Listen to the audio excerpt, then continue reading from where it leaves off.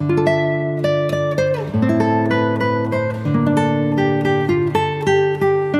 Guys, welcome back to my channel. So guys, आज मैं आपके लिए लेके आया हूँ मीटियोरॉइड गार्डन के एपिसोड 7 के एक्सप्लेनेशन। अगर आपने इससे पहले के एपिसोड नहीं देखे तो आप उन्हें हमारे चैनल पर जाकर देख सकते हैं, और साथ ही में मैं उन वीडियो के लिंक नीचे डिस्क्रिप्शन में भी दे दूंगा, तो आप उन्हें भी चेकआउट कर सकते हैं। और मैं आपको रैंडम सीन हटाकर मेन स्टोरी के हिसाब से एक्सप्लेन करूंगा।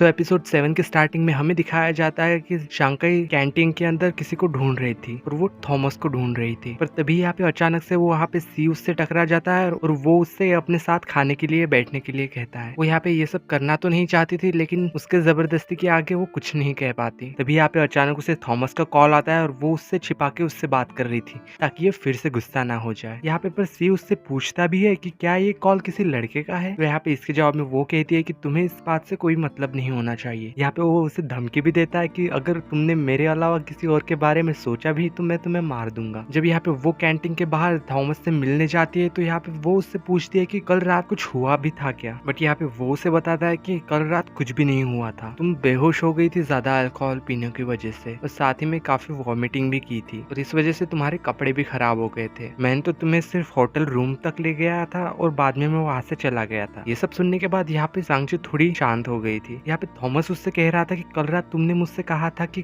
तुम मुझे पसंद करती हो। तो यहाँ पे उसे याद आता है कि कल रात उसने नशे की हालत में उसे ली समझ के ये सब कहा था। तो यहाँ पे थॉमस भी उससे कह रहा था कि वो भी उसे पसंद करता है। पर तभी यहाँ पे सी वहां आ जाता है। तो यहाँ पे फिर वो गुस्से में उससे पूछता है कि ये लड़का कौन है। तो यहाँ पे वो उससे झूठ कह देते है कि ये सिर्फ मुझसे डायरेक्शंस पूछ रहा था। तो यहाँ पे सी उससे कहता है कि ये मेरी गर्लफ्रेंड है और तुम इससे दूर रहो। और ये सब सुनने के बाद थॉमस वहां से चला जाता है। थोड़ी देर बाद जब जाओशी यहाँ से जा रही थी तो सभी लोग उसे घूर रहे थे। जब यहाँ पे थोड़ी देर बाद उसे पता चलता है कि उसकी और थॉमस की कल रात वाली फोटो किसी ने सोशल मीडिया पे वायरल कर दी थी, इसलिए सब उससे सवाल पूछ रहे थे। बट इसके पास कोई भी जवाब नहीं, क्योंकि उसे खुद भी याद नहीं था कि कल रात हुआ क्या था। वो जब उसी क्लब में जाती है जहाँ पे थॉमस पियानो बजाता था, लेकिन वहां जाने के बाद उसे पता चलता है कि वो तो यहाँ से जा चुका है, वो सिर्फ यहाँ एक दिन के लिए आया था। यहाँ पे सी की दोस्त भी उस फोटोग्राफ्स को देते हैं, और यहाँ पे सी भी अपने फोन को ओपन करने ही वाला था कि तभी ये दोनों उसे पानी के अंदर गिरा देती है, और साथ ही में उसका फोन भी गिर जाता है ताकि उसको कुछ पता ना चले। और पानी में गिरने की वजह से उसका फोन भी खराब हो गया था। यहाँ पे हमें दिखाया जाता है कि शांकाई थॉमस से कांटेक्ट करने की काफी कोशिश कर रही थी, पर उससे कांटेक्ट नहीं हो पा रहा था। और यहाँ पे यंग और मिंजो भी उससे सच जानना चाहते थे, इसलिए ये दोनों इससे पूछते भी है कि आखिर हुआ क्या था। बट यहाँ पे वो उससे कहती है कि उसे कुछ भी याद नहीं, बट मैं सिर्फ इतना जानती हूँ कि मैंने कुछ गलत नहीं किया। उसे फंसाया जा रहा है। और यहाँ पे सभी लोग उससे काफी ज्यादा रूड तरीके से बर्ताव कर रहे थे, इसलिए शांकाई को काफी बुरा लग रहा था। बट वो जानती थी कि उसने कुछ गलत नहीं किया है, इसलिए वो इन सब का सामना करने का फैसला करती है। और दूसरी तरफ यानो और मिंजो थॉमस तक पहुंचने का कोई रास्ता सोच रहे थे कि तभी यहाँ पे सी वहां आ जाता है। ये दोनों तो उससे सच्चाई छुपाने की कोशिश कर रहे थे, लेकिन आखिरकार वो उस फोटो को देख ही लेता है। और ये देखने के बाद उसे बहुत ज्यादा गुस्सा आ रहा था, क्योंकि शांकाई ने उससे थॉमस के बारे में झूठ कहा था। वो इस बारे में शांकाई से भी पूछता है, जिसके बारे में वो कहती है कि उसने कुछ भी गलत नहीं किया, ये सारे रूमर्स है, सब लोग झूठ बोल रहे हैं, और बाकी लोग क्या सोचते हैं उससे मुझे कोई फर्क नहीं पड़ता, तब तक जब तक तुम मुझ पे भरोसा करो। बट यहाँ पे सी उसे बिना कोई जवाब दिए वहां से चला जाता है। यहाँ में दिखाया जाता है कि दिल टूटे हुए आशिक की तरह ये काफी शराब पी रहा था, और उसे खुद का जरा भी होश नहीं था। तभी यहाँ पे अचानक से जिहिन वहां आ जाती है, शांकाई की दोस्त, और वो उसे शांकाई समझ के किस कर लेता है। और वो उससे पूछ रहा था कि उसने उससे झूठ क्यों कहा। असल में ये बिल्कुल भी होश में नहीं था। यहाँ पे जिहिन उसे अपने साथ अपने घर पे ले जाती है, जहाँ उसकी आंखें खुलती है। यहाँ पे जिहिन उसकी मदद करने की कोशिश कर रही थी, बट सी उसकी मदद लेने से साफ इनकार कर देता है। यहाँ जिहिन उससे पूछ भी रही थी कि वो उसे अटेंशन क्यों नहीं दे सकता, जबकि वो और शांकाई तो एक जैसे है, उन दोनों में कोई भी फर्क नहीं है। अगर शांकाई गरीब है तो वो भी गरीब है, अगर शांकाई एवरेज है तो वो भी एवरेज है। बट यहाँ पे सी उसकी फिजूल की बातों पे जरा भी ध्यान नहीं दे रहा था, और उससे कहता है कि उसकी और शांकाई की बराबरी कभी नहीं हो सकती। यहाँ पे उसे एहसास हो रहा था कि उसने शांकाई पे यकीन ना करके गलत किया। यहाँ पे वो शांकाई को ढूंढने की कोशिश कर रहा था, तो हमें यहाँ पे दिखाया जाता है कि दो लड़के शांकाई को परेशान कर रहे थे, जिन्होंने पहले भी उसे परेशान किया था। ये लोग यहाँ पे शांकाई को मारते भी है, लेकिन तभी यहाँ पे सी आ जाता है और उसे बचाता है। यहाँ पे सी उससे कहता है कि अगर तुम कह रही हो कि इसमें तुम्हारी कोई गलती नहीं है तो मुझे तुम पे पूरा भरोसा है। यहाँ पे वो उसे अपने घर लेके आया था और उसकी फर्स्ट एड करने में मदद भी करता है, और यहाँ पे वो उससे कहता भी है कि वो उसे अपनी गर्लफ्रेंड बनाना चाहता है, क्योंकि वो उसे पसंद करने लगा है। बट यहाँ पे शांकाई उस समय उसे